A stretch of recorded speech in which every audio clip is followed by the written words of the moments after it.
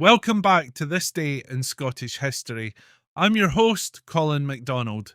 Today, we're exploring a fiery and contentious moment from Scotland's post-war past. On November 29th, 1952, a humble postbox in Edinburgh's Inch district became the epicentre of a constitutional debate, an act of vandalism, and ultimately an enduring legacy of Scotland's distinct identity within the United Kingdom.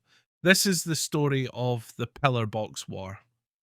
Picture the Britain of the early 1950s. King George VI had passed away, and his daughter Elizabeth had ascended the throne in February 1952. Preparations for her coronation were underway, and across the nation, new Royal Mail pillar boxes were being installed. These boxes bore the insignia E2R, standing for Elizabeth II Regina, Latin for Elizabeth II Queen. But there was a problem north of the border. Unlike in England, Elizabeth I had never ruled Scotland. At the time of her reign in the 16th century, Scotland was an entirely separate kingdom. Scots contended that it was inaccurate, if not offensive, to refer to Elizabeth as the second monarch when no Elizabeth I had ever sat on Scotland's throne. What followed was a clash of symbolism, identity, and politics that would lead to an unlikely showdown over a postbox in Edinburgh. The controversy erupted on this day in 1952 when an official ceremony was held in the Inch district of Edinburgh to unveil a new pillar box bearing the contested E2R insignia. Within 48 hours, the box became a target. First, it was smeared with tar and paint. Then things escalated dramatically. A parcel containing explosives was discovered inside, and by February 1953, the box was obliterated by a gelignite bomb. The blast was heard a mile away, leaving no injuries but sending a clear message.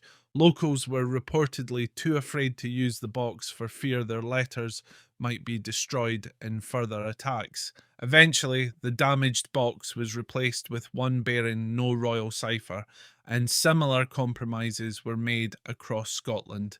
The row over Elizabeth's title wasn't limited to acts of vandalism. Campaigners, including noted nationalist John McCormick, took their grievances to court. McCormick argued that proclaiming Elizabeth as the second was a breach of the 1707 Act of Union, which united the crowns of Scotland and England. The legal challenge, however, failed. Scotland's Court of Session ruled that the Act of Union did not dictate the monarch's titles, leaving the matter to royal prerogative. In the face of ongoing unrest, the British government sought a compromise. From 1953 onwards, all new postboxes in Scotland featured the Crown of Scotland rather than the royal cipher. Mail vans and other official paraphernalia followed suit, a subtle but significant acknowledgement of Scotland's distinct national identity. The Pillar Box War became a symbol of broader tensions around Scotland's role within the United Kingdom. The decision to omit the E2R insignia from Scottish postboxes marked a rare concession to nationalist sentiment and is a reminder of the delicate balance between union and autonomy. Interestingly, the controversy resurfaced as recently as 2018 when a pillar box mistakenly bearing the E2R cipher was installed in Dunoon. It was swiftly replaced, showing that this historical sensitivity remains alive even today.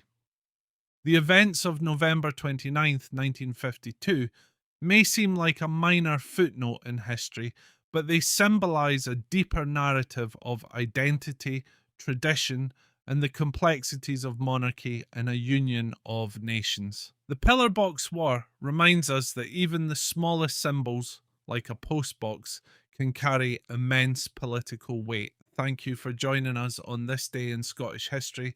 Until next time, I'm Colin MacDonald. Haste you back.